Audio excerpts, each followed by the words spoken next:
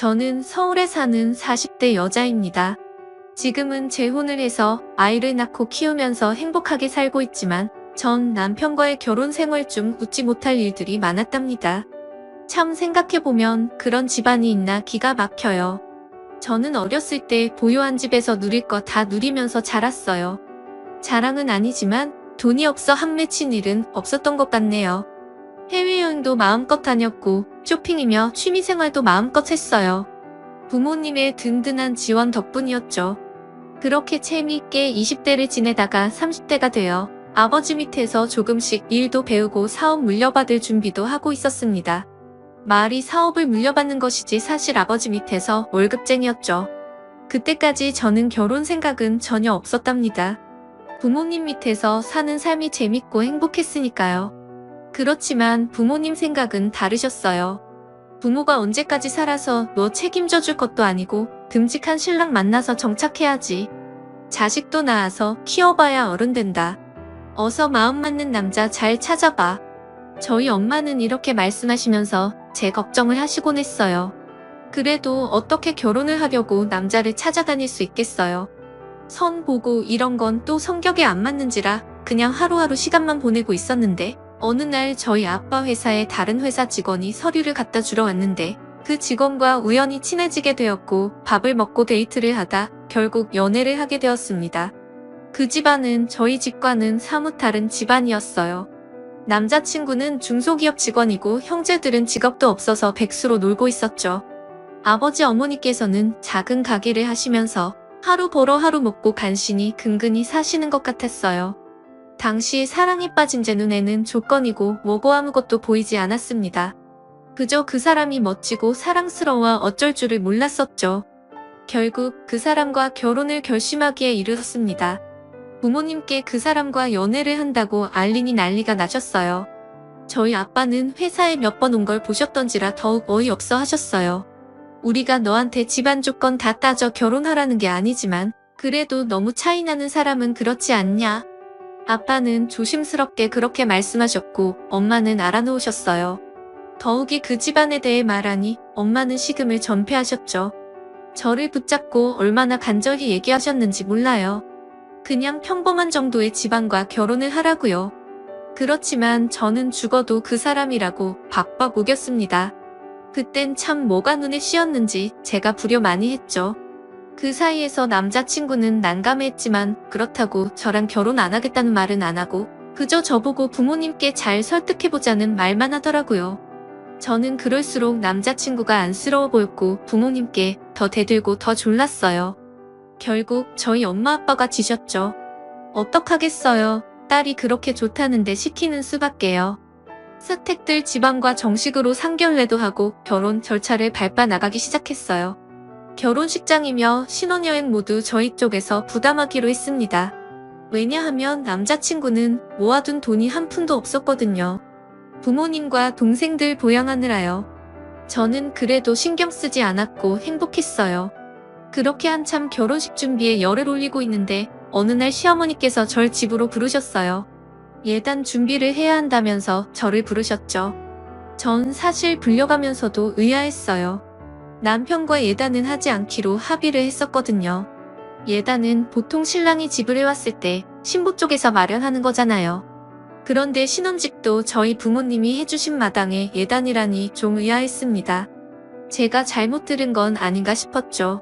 시댁에 갔는데 시어머니께서 핸드폰을 보여주시면서 가방이며 아버님 옷이며 어머님 링크며 브랜드를 알려주시더군요.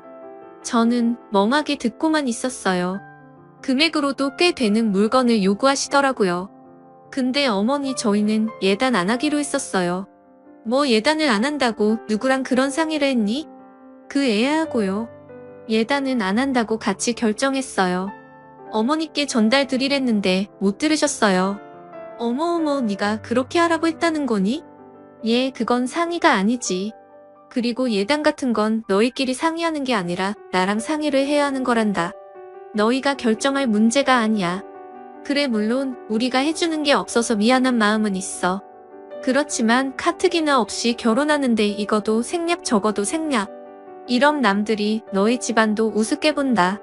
우리만 우스워지는 게 아니란 말이야. 이런 건 너희 부모님께 전달 안 해도 이 선에서 해줄 수 있는 정도 아니겠니? 괜히 부모님께 말씀드리지 말고 어느 날 나랑 백화점 가서 한 바퀴 돌고 다 사버리자. 주고받는 절차는 생략해도 되지 않니? 같이 결정한 거라 말을 하는데도 저 혼자 결정하는 건 상의가 아니라며 막무가내셨고 결국 그날 너무 어이가 없어서 남자친구에게 가서 마구 쏘댔지요. 도대체 나랑 한 얘기는 무엇이었냐? 어머니랑 얘기가 안 된 것이냐? 어떻게 그만큼을 바라실 수가 있냐? 한참 퍼부었더니 남자친구는 죄인처럼 고개를 푹 숙이더라고요. 그 모습이 또 안타깝기는 하더라고요. 미안해. 우리 엄마가 좀 그래. 네가 이해 좀 해주면 안 될까? 우리 엄마, 나 말고 다른 형제들은 다 놀고 있고 나한테만 기대를 걸어서 그래. 나 하나 돈 벌고 결혼하고 제대로 사니까 이번이 마지막이다 싶어서 그러는가 봐. 내가 미안해. 이번 한 번만 엄마 부탁 들어주면 평생 네 편만 들면서 살게. 그 말에 이틀을 고심했었죠. 어떻게 해야 현명하게 하는 방법인지 알 수가 없었습니다. 결혼을 물리자니 남편에 대한 제 감정이나 상황이 너무 멀리 온 것 같았고 부모님께 말씀도 안 드리고 제 선에서 해결하는 것이 옳은 건지도 알 수 없었고요. 고민을 거듭했지만 답은 없었습니다. 그렇지만 남자친구는 죄가 없잖아요. 남자친구 체면을 봐서라도 제가 한 번은 희생하기로 했습니다. 그렇지만 어머니가 바라시는 대로 백화점을 같이 가는 건 너무 격식에 어긋난다 싶었어요. 제가 알아서 준비를 해서 보내겠노라 말씀드렸고 그건 어머니도 받아들이셨어요. 이왕 하기로 한 거 어머니가 바라시는 대로 아니 그 이상으로 열심히 골라서 넣어드렸어요. 전부 명품에 어떤 것은 한정판이었죠. 받으시더니 입이 귀에 걸리셨어요. 그렇게 좋아하시는 걸 보니 또 다행이라는 생각도 들었어요. 그렇게 저희는 결혼을 했습니다. 꿈만 같은 신혼여행도 갔다 왔고 신혼살림을 시작했죠. 남편은 다니던 회사를 다니고 저는 아버지 회사를 다니는 식으로 당분간은 계속 생활하기로 했어요. 그렇게만 살아도 참 행복할 것 같았는데 저희 결혼 생활에 점점 문제가 생기기 시작했습니다. 일단 경제적인 문제부터 시작이 되었죠. 어느 날부터 남편이 월급을 안 가져오는 거 아니겠어요? 처음엔 회사가 어렵다고 했는데 제가 알아보니 월급을 안 줄 정도로 어려운 건 아니더라고요. 분명 월급을 받은 것 같은데 저한테 안 주는 이유가 뭔지 궁금했어요. 설마 여자가 있나 하는 의심까지 했었는데 곧 밝혀졌습니다. 남편은 월급을 고스란히 시어머니께 갖다 드린 거였어요. 생활비며 용돈으로 쓰라고요. 솔직히 남편 월급 뭐 그리 많지도 않고 제 돈으로 생활할 수도 있지만 전 그러고 싶진 않았어요. 부부가 되었으면 일정 금액 빼고는 월급에서 사용을 하고 저축을 하면서 살아야 한다고 생각했고 결혼까지 한마당에 저희 부모님께 신세 지는 것도 한계치가 있다고 생각했거든요. 그런데 남편은 제가 부모님께 말씀드리면 언제나 돈이 나오니까 그냥 무책임하게 자기 월급은 다 집에 들이더라고요. 그 문제로 대판 싸웠습니다. 내가 어머님 용돈 드리지 말래? 넉넉히 드리자고 했잖아. 어떻게 상의도 없이 월급을 전액 다 드릴 수가 있어. 어머님 아버님 아직도 일하시잖아. 돈도 벌고 계신데 벌써 우리 신세 잡고 지시려고 하면 어떡해? 그리고 형제들도 얼른 일해서 각자 벌어먹고 살아야지. 당신이 그 집을 언제까지 다 책임지려는 거야. 그 말에 남편은 벌컥 화를 냈어요. 뭐? 그 집? 너 시작한 때 그게 무슨 말이야. 그리고 우리 내 월급으로도 살 수 있는데 고생한 우리 엄마 아버지 돈 좀 드리면 뭐가 어때서? 넌 우리 부모님이 불쌍하지도 않냐? 솔직히 불쌍하지 않았어요. 왜 불쌍해하는지 모르겠더라고요. 몸이 불편하신 것도 아니고 다들 멀쩡한데 이래서 먹고 살면 되는 거잖아요. 고생은 저희 부모님도 하셨던 거고요. 내가 너였으면 내가 말하기도 전에 우리 엄마 아버지 매달 월급 그냥 드리라고 했을 거야. 그게 너랑 나랑 차이점이야. 집에 돈이 있으면 뭐하냐? 베풀 줄을 모르는데. 베풀 줄 모른다는 말에 저도 발끈했습니다. 베풀 줄 모른다고? 나 어머니 용돈도 꽤 많이 드리고 있고 당신한테도 따로 또 그만큼 드리자 했으면 많은 것 같은데. 결혼 전에 예단 무리하게 요구하시는 것도 다 해드렸고 무슨 날 있을 때마다 선물도 드렸는데 내가 뭘 더 이상 해야 해? 그 예담 얘기 왜 안 하나 했다. 우리 엄마가 그거 뭐 받고 싶어서 받은 줄 아냐? 그리고 너만 예담하냐? 결혼하면서 예담 안 하는 여자가 어딨어? 진짜 생각 없다 생각이 없어. 그러면서 문을 쾅 닫고 나가버리더군요. 저는 너무나도 억울해서 펑펑 울었습니다. 그런데 마침 시어머니께 전화가 왔어요. 예, 이번 주에 아버님 생신이신데 뭐 준비한 거 있니? 네? 준비요? 어떤 준비요? 식당은 예약했어요. 어머어머. 첫 생신은 내가 직접 차리는 거 모르니? 에휴, 가르칠 게 많구나. 첫 생신은 내가 준비하는 거야. 아버님 기대하시니까 잘 해드려라. 그 말 하시고 뚝 끊으시더라고요. 남편의 시어머니까지 제가 정말 결혼 잘못했다 싶더라고요.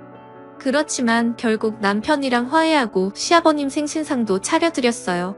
저희 부모님 가슴에 못 박고 결혼한 마당에 제가 맞추면서라도 잘 살아야겠다는 생각뿐이었거든요. 하지만 그때뿐이 아니었죠. 점점 더 시댁과 남편은 도를 넘기 시작했죠. 무슨 행사 때마다 당연히 제가 결제하도록 시어머니께서 요구하는 것은 기본이었습니다. 친척 생일까지 밥값을 제가 계산했어요.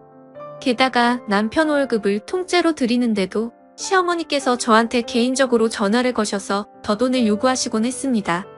그 이야기를 남편한테 하면 항상 저를 인색한 사람으로 몰면서 그 정도도 못하냐고 큰 소리를 치더라고요. 남편은 저랑 결혼한 후에 잔뜩 어세가 들어서는 외제차를 뽑고 명품 매장만 가는 등 사치를 부렸어요. 물론 저도 명품 좋아해요. 그치만 저도 저희 부모님도 그렇게 자주 명품을 사진 않았는데 이 집은 완전히 명품에 환장을 했더라고요. 제가 아빠한테 받는 월급으로는 생활이 안 되니까 남편은 성질을 내면서 이렇게 말했습니다. 아, 장인어른은 뭐 하시는 거야? 당신 그렇게 일 시켜 먹으면서 홀랑 그 돈밖에 안 주시는 거야? 딸한테 어쩜 그렇게 인색하셔? 그 집안 내력인가? 월급 좀 올려달라고 해. 아니 그 회사 말인데 솔직히 이제 장인어른 물러나실 때도 되지 않았어? 완전 선을 넘는 말에 저는 폭발했습니다. 저를 인색하다고 하는 건 참을 수 있었지만 저희 아빠까지 모독하는 건 참을 수 없었어요. 게다가 아빠를 회사에서 물러나느니 마느니 하는 건 폐륜적인 말이라고 생각했어요. 되판 싸우고 처음으로 이혼 얘기를 꺼냈을 때 남편은 태도를 바꾸더군요. 여보 미안해. 내가 요새 회사 스트레스 때문에 그래. 우리 요새 너무 자주 싸우지? 내가 잘못했어. 우리 이런 얘기 이제 그만하자. 그래도 제 화는 풀리지 않았어요. 남편은 며칠 동안 애교를 부리면서 제 화를 풀려고 이런저런 시도를 하더라고요. 그러더니 어느 날은 갑자기 저한테 불쑥 이러더군요. 우리 닮은 애기 있었으면 좋겠다. 그치? 저는 갑자기 아이 얘기에 깜짝 놀랐습니다. 아이는 한 3년 정도 있다가 가지자고 얘기를 끝냈었거든요. 제가 애매한 반응을 보였음에도 남편은 자꾸 아이를 갖자고 조르고 피임을 그만하자고 하더라고요. 저는 피임 약을 먹으면서 계속 피임을 이어갔습니다. 저희가 이런 다툼을 한 건 시댁에선 전혀 모르고 있었어요. 이혼이니 뭐니 얘기한 걸 알았다간 또 난리가 날 게 뻔했거든요. 그런데 어느 날 그 일이 터졌습니다. 그날도 역시 시어머니가 절 개인적으로 호출하셔서 시댁에 갔었어요. 분명 용돈이나 그런 거겠다 짐작하고 갔는데 시어머니께서 웃으시면서 저한테 말씀하시더군요. 얘아가 이번에 우리 집 인테리어 좀 바꿔보려고 하는데 네가 좀 보태지 않으련? 한 5천이면 될 것 같은데. 네? 인테리어요? 물론 그 집 연식이 좀 되기는 했는데 제가 보기에 고장난 것이 아닌 이상 고칠 필요는 없어 보였어요. 친구들이 오더니 너무 올드해 보인다고 그러더라. 좀 산뜻하게 화이트 톤으로 바꿔보려고 해. 어떠니? 어떠나마나 저는 이건 진짜 아니란 생각이 들었어요. 5천을 그런 사치에 쓸 수는 없었네요. 그래서 강하게 말씀드렸어요. 어머님, 이 집에 물이 안 나오거나 난방이 안 된다면 그건 제가 고쳐드릴 수 있어요. 하지만 지금 멀쩡한 집을 갈아엎는다는 건 말이 안 되잖아요. 솔직히 너무 사치스러운 일이에요. 만약 그렇게 하고 싶으시다면 어머님, 아버님 돈으로 하세요.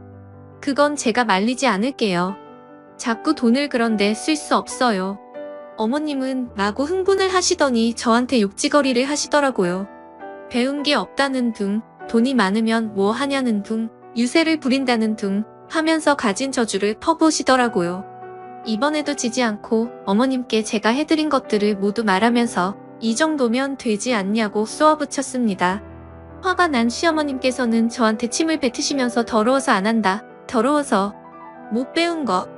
시어머니의 침이 제 얼굴에 탁 튄 순간 저는 이성을 잃고 마구 소리를 지르고 그 집에서 나와버렸습니다. 그리고 집에 와서 제 집 몇 가지를 가지고 호텔 유행했습니다.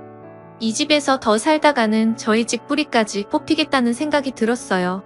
친정으로 갈까 했지만 친정에는 이혼 결심이 확실해졌을 때 말씀드리기로 하고 가지 않았어요. 일단 며칠 쉬면서 남편과의 관계에 대해 생각을 해봤어요. 시댁 갈등도 너무 심하고 남편도 제가 처음에 사랑에 빠졌던 것처럼 좋은 사람이 아닌 것 같고 제가 선택할 수 있는 길은 이혼밖에 없어 보였습니다. 이혼 결심을 굳히고 남편에게 통보를 하려고 변호사까지 구했어요. 그러는 내내 저희 부모님께는 죄송한 마음뿐이었죠. 호텔에서 지낸 지 며칠 되었을 때 단짝 친구와 맛집에서 만나 수다도 떨고 놀았어요. 결혼 후 저는 외출도 잘 안 할 만큼 스트레스를 받고 있었는데 간만에 친구를 만나니 속이 뚫리더라고요. 그렇게 놀고 있는데 어디선가 익숙한 실루엣이 보이는 게 아니겠어요? 중년 부부처럼 보이는 두 사람이 팔짱을 끼고 가는데 그 순간 저는 뭔가 번개처럼 스치는 것이 있었어요. 일단 사진을 찍고 그 사람들을 따라가 앞을 막아섰습니다. 그 부부 중 여자는 바로 저희 시어머니였어요. 그리고 남자는 저희 시아버지가 아니셨고요. 웬 중년 남자가 쫙 차려입고 시어머니와 팔짱을 끼고 있었는데 글쎄 옷이 전부 제가 아버님께 드리라고 사드렸던 선물, 예단 그런 것들이더라고요. 특히 가방은 제가 한눈에 알아볼 수 있었어요. 한정판으로 사드린 것이라 시중에서 잘 볼 수 없는 모델이었거든요. 시어머님은 절 보더니 사색이 되어 털썩 주저앉으시고 남자는 눈치를 채고 주랭랑을 쳤습니다. 두 사람이 내연관계라는 정황은 분명했죠. 시어머니는 시아버지에게 연락하려는 제 팔을 붙들고 애원을 하시더군요. 얘 제발 아버지가 아시면 난 죽음이야. 제발 자식들 얼굴은 또 어찌 보겠니? 하지만 이혼하려는 마당에 제가 망설일 게 뭐가 있었겠어요.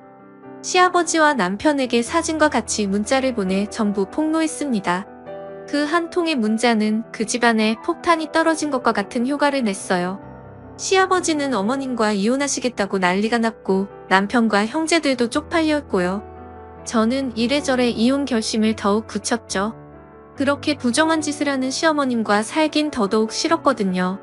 결국 저희 부모님께도 말씀드리고 절차를 밟았어요. 남편은 매달리고 이혼은 못해준다 우기고 난리였지만 제 이혼 의사가 확고했기에 이혼이 결정되었어요.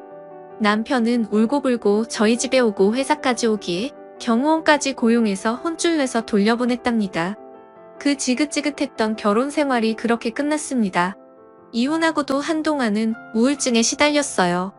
제가 했던 선택에 대한 후회였겠죠. 하지만 저희 부모님은 저보다 강하셨어요. 저에게 좋은 말들 많이 해주셨고 저를 누구보다 믿고 응원해 주셨어요. 그래서 천천히 다시 일어났습니다. 그리고 주변에서 소개받은 사람과 다시 결혼했어요. 아이도 낳고 지금은 아주 잘 살고 있답니다. 그래도 그때 시어머니의 불륜을 목격하고 거기서 빠져나왔기에 조금 마음이 시원했던 것 같아요. 지금은 어찌 살지 가끔은 궁금해요. 그땐 제가 뭐가 쉬웠었는지 다시 생각해도 기가 막힙니다. 엄마, 아빠, 어른들의 말씀은 참 옳습니다. 아니라고 하시는 건 아닌 것 같네요. 제 긴 이야기를 들어주셔서 고맙습니다. 여러분도 항상 행복하시길 바라요. 여러분 사연, 댓글에 응원과 현명한 조언 부탁드려요. 좋아요와 구독은 저에게 큰 힘이 됩니다. 오늘도 좋은 일 가득하세요.